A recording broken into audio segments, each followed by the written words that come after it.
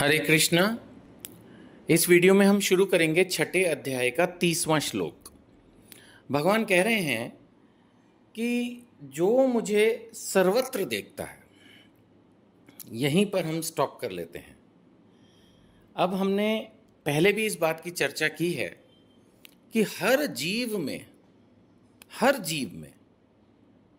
परमात्मा है, हर जीव में भगवान का अंश आत्मा है।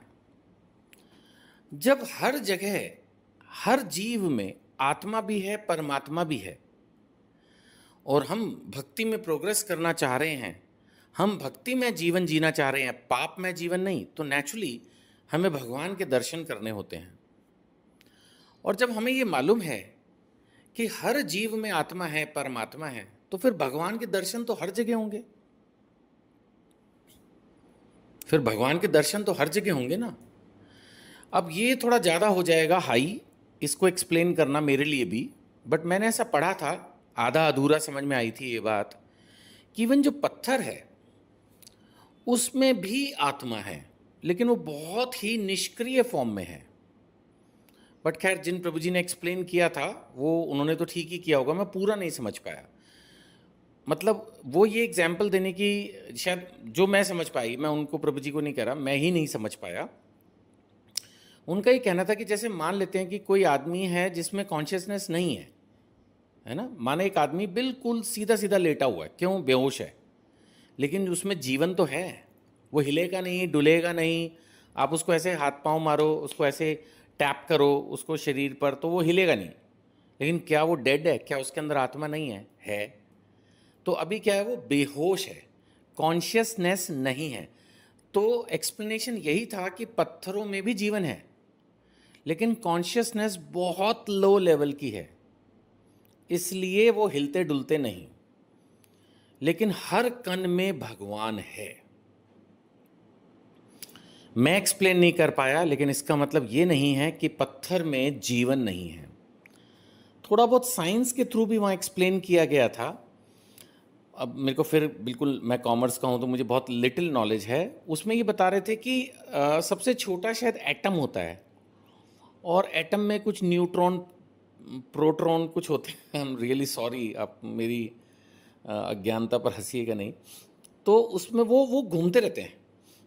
तो अब घूमने का मतलब तो फिर वही हो गया ना, लाइफ। और वो स्मॉलेस्ट पार्टिकल है, ऐसा कुछ मैं पढ़ रहा था। सो कुल मिला के निष्कर्ष यही है कि पत्थर में भी भगवान है। अच्छा, फिर खंबे में भी भगवान है। आपको याद होगा, श्रीमद् भागवतम की कथा है प्रहलाद महाराज की, जब उनके पिता ने क्रोधित होकर पूछा कि कहाँ है भगवान, तो उन्होंने कहा सर्वत्र है। उसने कहा इस खंबे में भी है, तो हाँ है। तो फिर जब उन्होंने खंबे पर प्रहार करके खंबा तोड़ा, तो उसमें से नरसिंह देव भगवान प्रकट हुए। तो कहने का मतलब ये है कि जो भक्त है उसको भगवान सर्वत्र दिखता है, तो वो हर समय भगवान में ही खोया रहता है ना। ये थोड़ा सा हाई स्टेज है। जैसे जो बहुत पक्के देशभक्त होते हैं, वो हर जगह देशभक्ति के लिए, सेवा के लिए कुछ ना कुछ ढूंढ ही लेते हैं, है ना। ऐसे ही जिनको नशा करना होता है, वो भी हर जगह नशे की चीज़ ढूंढ ही लेते हैं। तो जो भक्त होता है, उसकी आंखें, उसका मन, उसकी वाणी हर जगह भगवान को ढूंढ ही लेती है। तो कह रहे हैं भगवान की जो भक्त है वो मुझे सर्वत्र देखता है और सब कुछ मुझ में देखता है। उसके लिए न तो मैं कभी अदृश्य होता हूँ और ना वह मेरे लिए अदृश्य होता है। अब भगवान के लिए अदृश्य क्यों नहीं होगा? अब नेचुरली भगवान भी ध्यान सबका रखते हैं। इवन देखा जाए तो जो महापापी भी है, ऐसा नहीं कि वो भूख से मर जाएगा, कहीं ना कहीं भगवान उस महापापी की भी रोटी की व्यवस्था तो कर रहे हैं, यही सोच के कि ये पाप कर रहा है लेकिन बाद में इसको सजा दूंगा। अभी तो इसको जीवन जितना इसका बनता है पिछले जन्मों के आधार पर, वो सुख जो इसके अभी बनते हैं वो भी भगवान देते रहते हैं उस पापी को भी, क्योंकि वो एलिजिबल है उस चीज़ के लिए।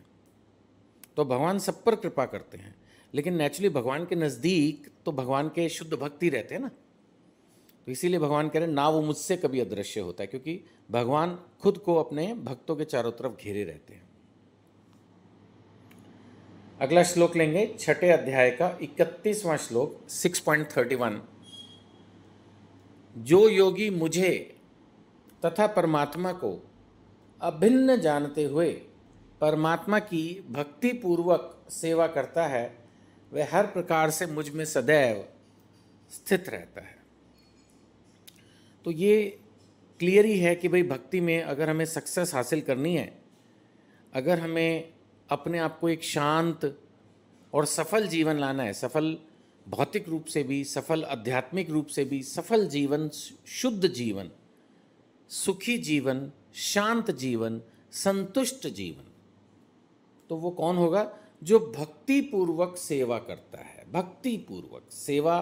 अब आपके सपोज आप सोचते हो कि मुझे अपने माँ बाप की सेवा करनी है, मैं बोलूँगा सबसे बड़ी उनकी सेवा है उनसे मीठे वचन बोलना। कई बार हम उनके लिए सब कुछ ओल्ड एज में हेल्प कर रहे होते हैं, लेकिन बोलते कड़वा हैं, एक लानत की तरह से उनके साथ बिहेव करते हैं, या हमेशा नहीं करते, कभी कभी भी, मतलब ये दिखाने की कोशिश करते हैं कि हम आपके लिए बहुत कुछ कर रहे हैं। कुछ नहीं कर रहे हो आप, बेकार में इस तरह से अपने आप को बिहेव मत करो।